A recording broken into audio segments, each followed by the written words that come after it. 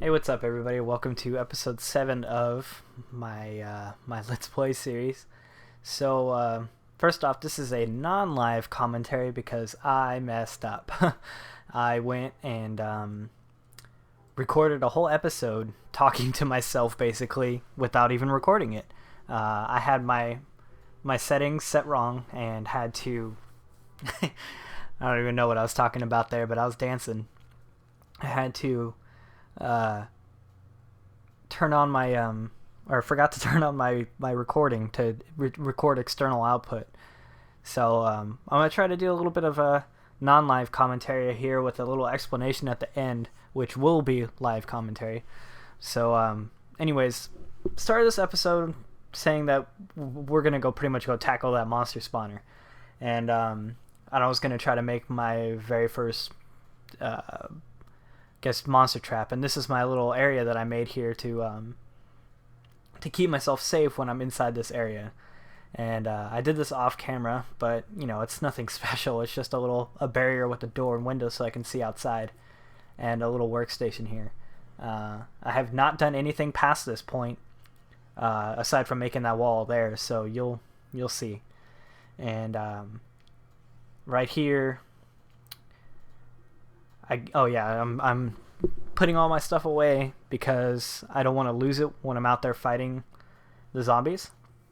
So I don't have to go back and collect all this stuff again if I did end up dying. Which, spoiler alert, I don't, because one zombie spawns and then he falls down, and it's much easier than I expected. So all this preparation was pretty much for nothing. But it was fun. I mean, I had to fast forward through a lot of it, like pretty much the whole build process, because the video, when I was done recording, I threw it into Vegas, and it was like 35 minutes long or something like that. And honestly, if I'm allowed to go over that 15-minute mark, I would have put that up in a heartbeat, because I know you guys like watching long episodes, and personally 15 minutes just flies by for me. So, and see, there's the one zombie and he falls down. I'm like, okay, well, fine, whatever. And walk on over to the monster spawner and just start throwing out torches as fast as possible just to stop him. And I was really surprised that only one spawned, so lucky me, I guess. So I decided to take care of that guy because I didn't want to leave him alone. Oh, hold on. Finish my monster, which is probably going to be the thing that kills me in life. So, and I see I'm trying to go around the corner here to kill him, but he wasn't having it. So obliterated that guy and decided to get tackling on the monster spawner. Actually, I got about another 2 minutes or so before I actually start building. I came down here to make sure to cover my bases, that way no monsters actually sneak up on me. And right now I have actually my character AFK in Minecraft right now, just collecting the items just to see how well it actually does. So I'll make sure to check up on that right before I go to the live commentary to see actually how well it's doing. I hear a bunch of spiders right now, so I think there's actually some spiders near that part. Okay, so what am I doing right now? It's like a guessing game. I just did it, but alright, I'm going to show you guys how to make the infinite water supply after I collect all my items again, which is super useful because you don't have to go out to the ocean every time to get water. And in the beginning of the episode, you can actually see one inside of my base, and that's where I'm just going to keep water there. I make these pretty much everywhere I set up base, so just in case if I need water, then I'm good to go. Okay, what am I doing here? What am I doing here? Oh, excuse me. Oh yeah, I was checking out the chest, and I was stoked to see that there was iron in both of them. Not just one, but both. And I'm not going to complain about that. Got a bunch of bread and another bucket, which actually came in useful. So, I guess I'm jumping the gun here for saying about the water thing. Guess I wanted to make more tools. I actually end up breaking, I think, 3 picks during the building of the trap, which sucked, but you know it has to be done. Okay, yeah, this is where I start working on the water thing. And basically what you want to do is make a 2x2 area where you can place water, and this is just me cleaning up around the sides. You don't have to do this. Just need a 2x2 hole like this, and then you're gonna place water in one corner and then the next corner until it's still water, and then you just pull it out of one corner and you're good to go, and it's infinite.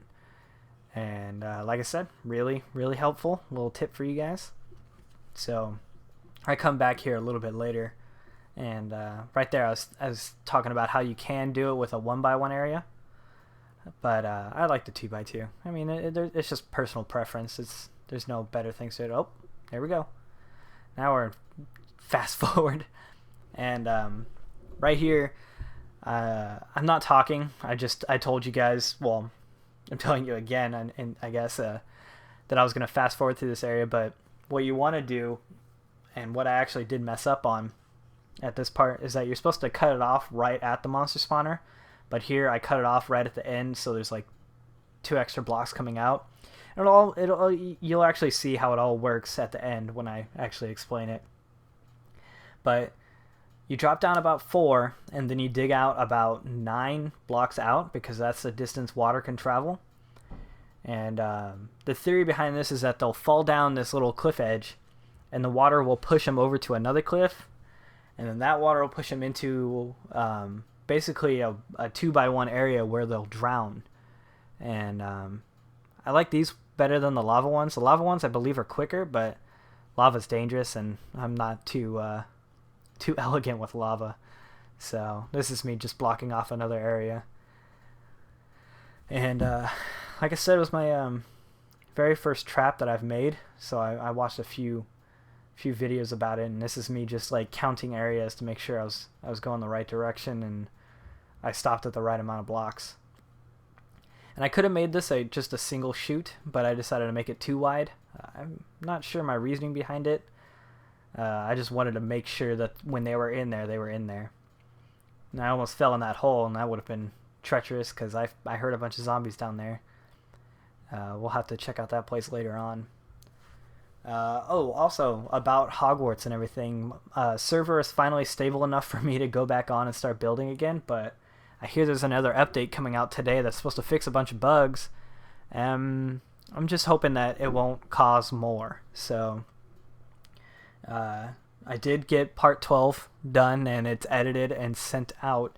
It's not on my channel. I sent it into Machinima to try to get more traffic into my channel. You know, you guys are doing a fantastic job. I mean, my channel has blown up the last 2 months, and I cannot thank you guys enough. And I'm really looking forward to where I can get Hogwarts up for the public, so you guys can all come in and check it out. You know, so you can see it up close and personal. I'll probably be getting us a dedicated server, because there's no way in heck that I can host it on my home computer with all you guys wanting to be on it all at once. So I'll see how expensive it is to get a 32-person dedicated server, and maybe open up donations so you guys can help me get that going. And maybe I'll take the top 5 contributors or something, and I'll make you guys OPs on the server. That way you can help monitor it, because there's no way I'm going to be on there all the time. So especially since when I open it, it's just going to be Hogwarts, and during that time I'll be working on Hogsmeade and what's the other place? Diagon Alley. And so while that's up and you guys are all playing around in Hogwarts, I'm still working on it. You know, I'm going to be making I'm going to try to make a train track that goes from one place to the next, you know, little train ride that they go on.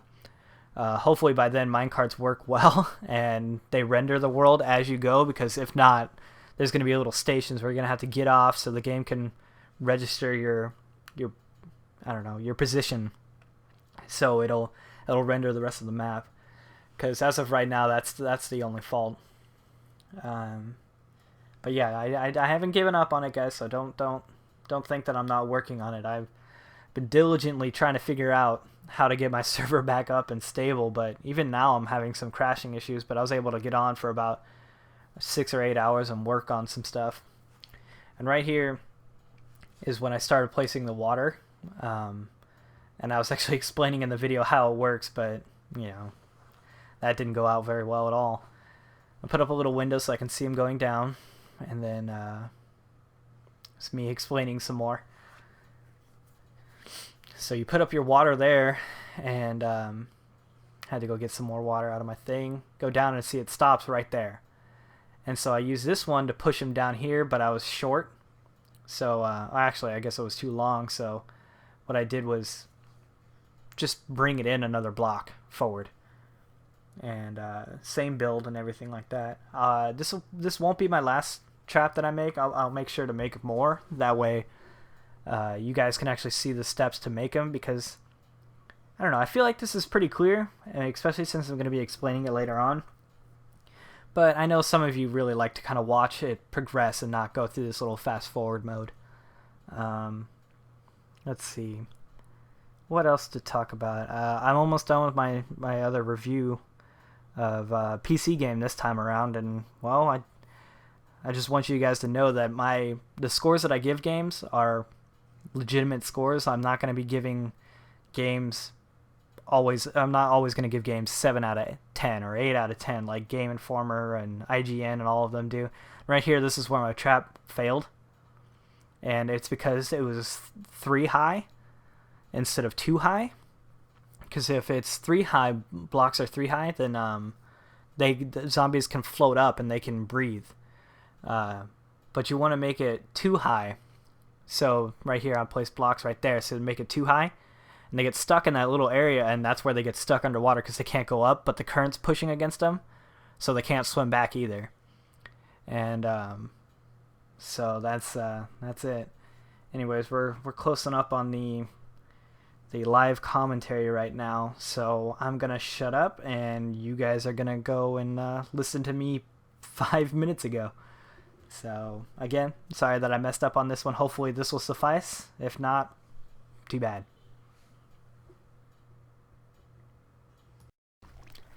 Okay, so like I said, messed up. Gonna show you guys how to make this thing work for you. I'm pretty sure it was kind of hard to tell how it works through the super fast mode. So I'm gonna venture back into this thing and walk through it to show you how it's done. Gonna throw out some torches here, keep them from spawning. Okay, and so the way it works is that you dig a few blocks down and make basically a waterfall. Waterfall will push them through all the way to the edge here, in which they'll fall down into that area right here, which is where they'll fall down and get trapped in a 2x1 area down there and drown to death. Okay, after climbing out of there, I realized that a lot of them get stuck on the other side. So I added in, let's see if I can't place a torch here. There we go.